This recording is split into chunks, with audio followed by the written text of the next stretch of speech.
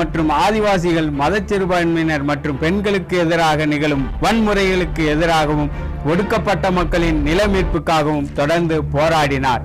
இதற்கு பரிசாக மக்கள் உரிமையை பாதுகாக்க வேண்டிய அரசாங்கம் 17 வழக்குகளை பரிசாக அளித்தது. அத்தனை வழக்குகளிலும் போராடி வெற்றி பெற்றார்.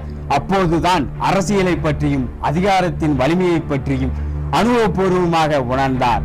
அதிகாரத்தை அதிகாரத்தால் மட்டுமே அளிக்க முடியும் என்றும், இந்த நாட்டில் அதிகாரமற்று 95% பெரும்பான்மை மக்களின் உரிமையை அதிகாரத்தால் மட்டுமே நிலைநாட்ட முடியும் என்றும் உணர்ந்து தந்தை பெரியாரின் சமூக நீதி கொள்கையிலிருந்து சமூக மாற்றத்திற்கான கொள்கை பயணம் செய்ய தயாரானார். அப்போதுதான் இந்தியா முழுவதும் ஆட்சியாளர்களுக்கு பெரும் அச்சத்தை ஏற்படுத்திய பெரும்பான்மை மக்களின் அரசியல் அதிகாரத்திற்காக செயல்பட்ட தந்தை கன்சிராம் அவர்களின் அரசியலால் ஈர்க்கப்பட்டு பகுஜன் சமாஜ் கட்சியில் இணைந்தார். அந்த கட்சியின் மாநில பொதுச் செயலாளர்